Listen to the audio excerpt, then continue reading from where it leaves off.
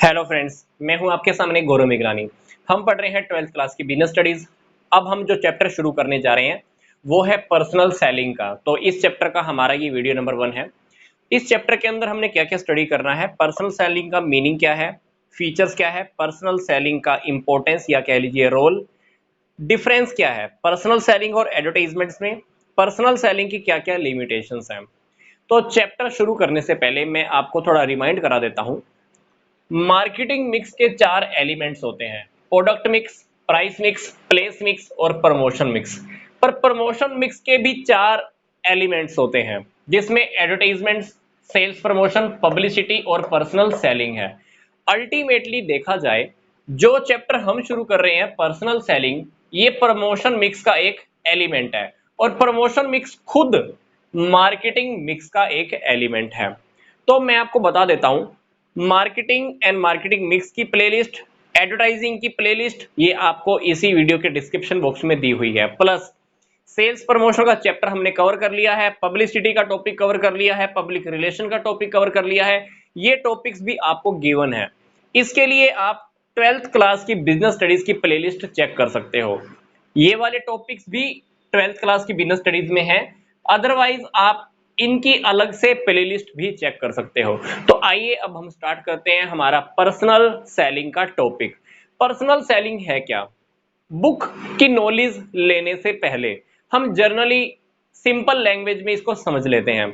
आपने कभी कभी देखा होगा, कुछ लोग हमारे घर पर, हमारे ऑफिस में किसी कंपनी का प्रोडक्ट प्रेजेंट करने के लिए आते हैं। डेफिनेटली वो प्रोडक्ट हमें सेल करना चाहते हैं। तो जो पर्सन हमको प्रोडक्ट सेल करने के लिए आता है, ऐसा समझ लीजिए कि उस पर्सन को हम सेल्समैन कह सकते हैं। वो किसी कंपनी के प्रोडक्ट को सेल करने का काम कर रहा है, क्योंकि वो पर्सनली हमको प्रोडक्ट सेल करने के लिए आया है। इसलिए हम इस सेल करने के मेथड को बोलते हैं पर्सनल सेलिंग।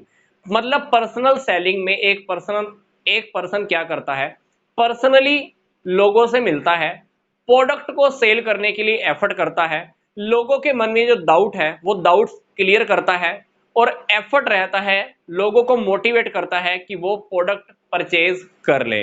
तो आइए अब हम जान लेते हैं बुक की नॉलेज के अकॉर्डिंग कि पर्सनल सेलिंग का मीनिंग क्या है। मीनिंग के जस्ट बाद हम डिस्कस करेंगे कि पर्सनल सेलिंग के क्या फीचर्स हैं। तो सबसे पहले हम मीनिंग की ओर चलते हैं। पर्सनल सेलिंग का मीनिंग है, it refers to the contacting prospective buyers of the product. हम क्या करते हैं, प्रोडक्ट को खरीदने वाले प्रोस्पेक्टिव बायर्स को ढूंढते हैं और उनसे हम क्या करते हैं, कांटेक्ट करते हैं।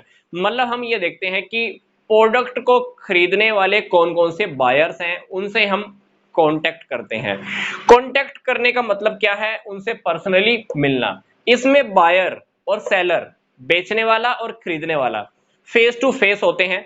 मतलब इनका आपस में डायरेक्ट कांटेक्ट होता है, आपस में बैठकर बातचीत होती है। एक पर्सन प्रोडक्ट बेचेगा और एक प्रोडक्ट को खरीदेगा। तो इसमें क्या है, सेल्समैन क्या करता है, प्रोडक्ट को प्रेजेंट करता है और बायर के मतलब खरीदने वाले के डाउट्स को खत्म करता है। जैसे ही डाउट्स उसके खत्म हो जाएंगे, डेफिनेटली हो सकता है कि वो प्रोडक्ट को खरीद ले। तो अल्टीमेटली सेल्समैन प्रोडक्ट को सेल करने का अपना मैक्सिमम एफर्ट करता है, मोटिवेट करता है ताकि वो प्रोडक्ट को परचेज कर ही ले। तो अब हम जान लेते हैं पर्सनल सेलिंग की क्या फीचर्स हैं, क्या करेक्टरिस्टिक्स है, क्या खास बात है। पहली जो खास बात है वो है पर्सनल फॉर्म। ये बात हमको पहले ही क्लियर हो चुकी है कि पर्सनल सेलिंग की ये पर्सनल फॉर्म है, क्योंकि एक पर्सन खुद सेल करने के लिए जा रहा है, मिल भी उस व्यक्ति से रहा है जिसको हमने प्रोडक्ट सेल करना है। तो डेफिनेटली ये पर्सनल फॉर्म है। जबकि एडवर्टाइजिंग के अंदर हमने देखा था, एडवर्टाइजिंग एक नॉन पर्सनल फॉर्म होती है। आपने टीवी पे, न्यूज़पेपर में एडवर्टाइजिंग तो दे दी, पर आपको पता ही नहीं है कि सामने वाला खरीदना चाहेगा, सामने वाला का रिस्पॉन्स क्या होगा, सामने वाले की फीडबैक क्या होगी, हम नहीं जान पाते।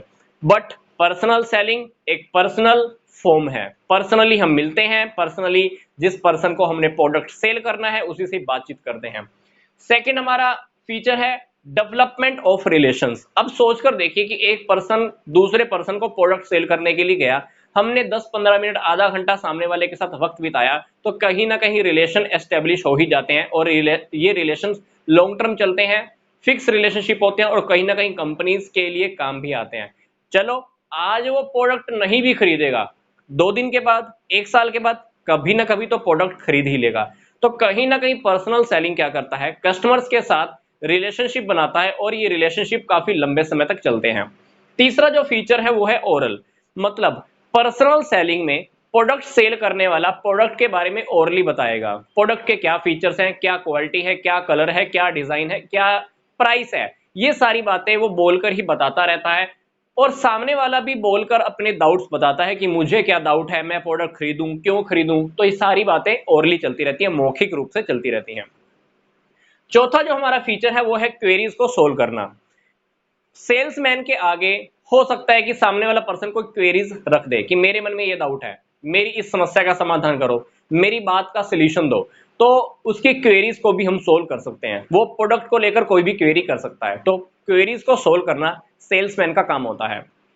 पांचवा जो हमारा फीचर है वो है स्लो स्पीड ऑफ सेल्स। अब आप सोचकर देखो, एक सेल्समैन है, घर घर जाकर प्रोडक्ट सेल कर रहा है, तो बहुत फास्ट प्रोसेसिंग तो है ही नहीं। एक एक व्यक्ति के ऊपर मान लो उसने 15-15 या आधा आधा घंटा भी दिया, तो एक दिन में वो मैक्सिमम कितने लोगों से मिल पाएगा। तो पर्सनल सेलिंग इसलिए प्रोडक्ट को सेल करने की एक स्लो स्पीड है। ठीक है, अगला हमारा टॉपिक है एडिशनल इंफॉर्मेशन। अब सेल करने वाला ऐसा नहीं है कि प्रोडक्ट के बारे में ही इंफॉर्मेशन देगा, कुछ और इंफॉर्मेशन भी दे सकता है। कंपनी कहां पर है, हमारी कंपनी और क्या क्या बनाती है, कंपनी की गुडविल कितनी है, कंपनी कितने सालों से काम कर रही है। तो ये सारी एडिशनल इंफॉर्मेशन भी कहीं ना कहीं बायर को, खरीदने वाले को मिल ही जाती है। सातवां जो हमारा फीचर है वो है रियल सेल। अब एक छोटा सा टॉपिक समझकर देखना, एडवर्टाइजिंग के अंदर हमने एडवर्टाइजमेंट तो दे दी, क्या रियलिटी में हमारी सेल हो गई? नो।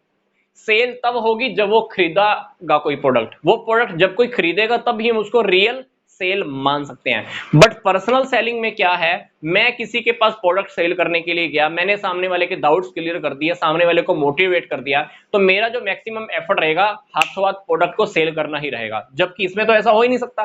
तो पर्सनल सेलिंग का जो 7th और बहुत ब्यूटीफुल फीचर है वो यही है कि इसमें रियल में, रियलिटी में सेल हो जाती है। 8वां फीचर हम देखते हैं मोटिवेट टू बाय। ये बात हम पहले ही डिस्कस कर चुके हैं कि पर्सनल सेलिंग एक रियलिटी में आर्ट है।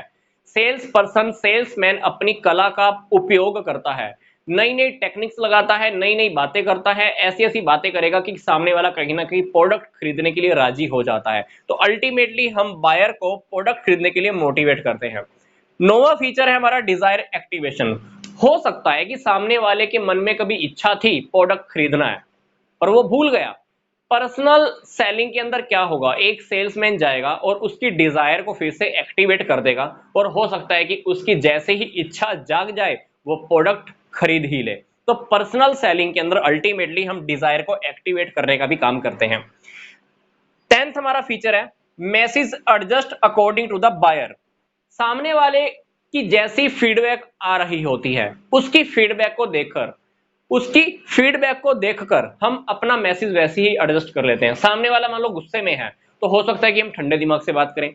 सामने वाले ने मान लो कोई 2 एक्स्ट्रा क्वेश्चन पूछ लिए, हो सकता है कि उसके क्वेश्चन का जवाब हम ऑलरेडी रेडी रखें। तो हम क्या करते हैं, सामने वाले के अकॉर्डिंग अपने आप को एडजस्ट कर लेते हैं। 11वां हमारा फीचर है इमीडिएट फीडबैक। एडवर्टाइजिंग के अंदर आपको क्या लगता है इमीडिएट फीडबैक होती है? नहीं। पर्सनल सेलिंग में क्या, 2 लोग आपस में मिल रहे हैं, फेस टू फेस हो रहे हैं, तो सामने वाले की जो फीडबैक है वो इमीडिएट मिल जाती है। सामने वाले की क्या प्रतिक्रिया है, खरीदना चाहता है, नहीं खरीदना चाहता, सामने वाले के डाउट क्या है, इसलिए हम इसको बोलते हैं इमीडिएट फीडबैक होती है। 12th हमारा फीचर है बार्गेनिंग। पर्सनल सेलिंग के अंदर अगर आपको अच्छे से सेल करना आता है, आपके अंदर ऐसी ऐसी क्वालिटीज हैं, इफेक्टिव क्वालिटीज हैं, तो डेफिनेटली जो सामने वाले लोग बार्गेनिंग करते हैं तो बार्गेनिंग को आप रोक सकते हो।